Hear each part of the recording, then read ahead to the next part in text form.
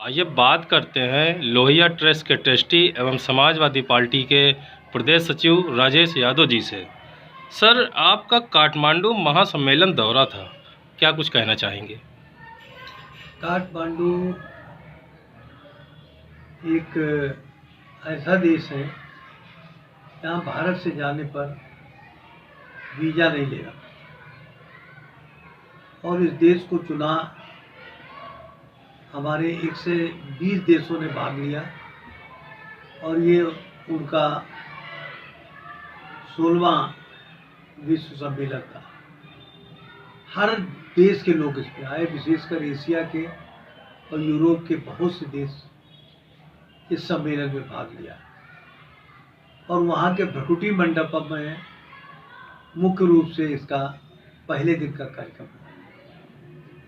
पहले दिन सभी देशों के लोग ने ज्वाइंट सेशन बुलाया था और एक ही प्लेटफॉर्म से सब लोगों ने अपने विचार रखे। उसके बाद अलग अलग ग्रुपों में बांट दिया गया और अलग अलग ग्रुपों ने वहाँ का एक बड़ा कॉलेज है उसमें कार्यक्रम हुआ। करीब 10-15 जगह थे जो डिग्री कॉलेज थे, उनमें कार्यक्रम हुआ और कार्यक्रम का उद्देश्य बहुत स्पष्ट है।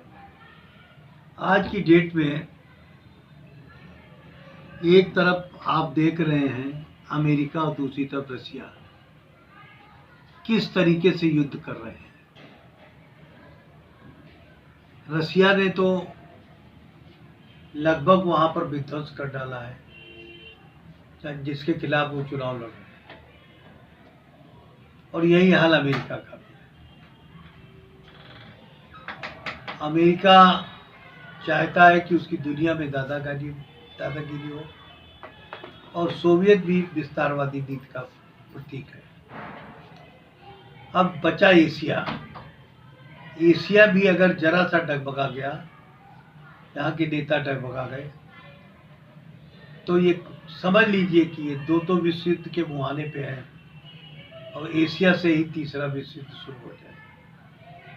इन सबको मद्देनजर रखते हुए एशिया ने, विशेषकर साउथ एशिया ने इसको आयोजित किया और इसका आयोजन स्थल नेपाल रखा गया, जहाँ 140 देशों के प्रतिनिधि शामिल हुए और 140 देशों के प्रतिनिधि में हमने साउथ एशिया को रिप्रेजेंट किया, चाहे भारत, बांग्लादेश, म्यांमार, पाकिस्तान, श्रीलंका सहित तमाम देशों के लोग आए।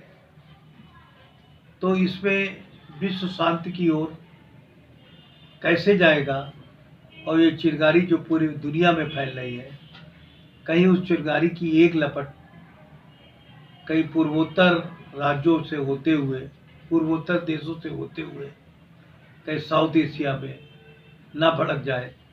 तो यहाँ तो पहले ही आपको पता है कि यहाँ की करेंसी बहुत ही कमज़ोर है और जिन देशों ने एका किया उनकी करेंसी बहुत मजबूत ही होगी। उदाहरण के लिए डॉलर की कीमत अगर 60-70 रुपया है तो यूरो डॉलर की कीमत 1 से 10, 15 और 20 तक।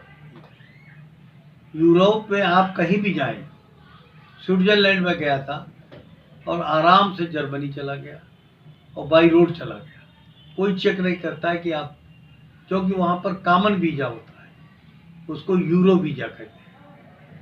तो तमाम देशों से इसीलिए उनका डॉलर बहुत ऊपर निकल गया। हम पाकिस्तान में चाहकर भी घुस नहीं सकते।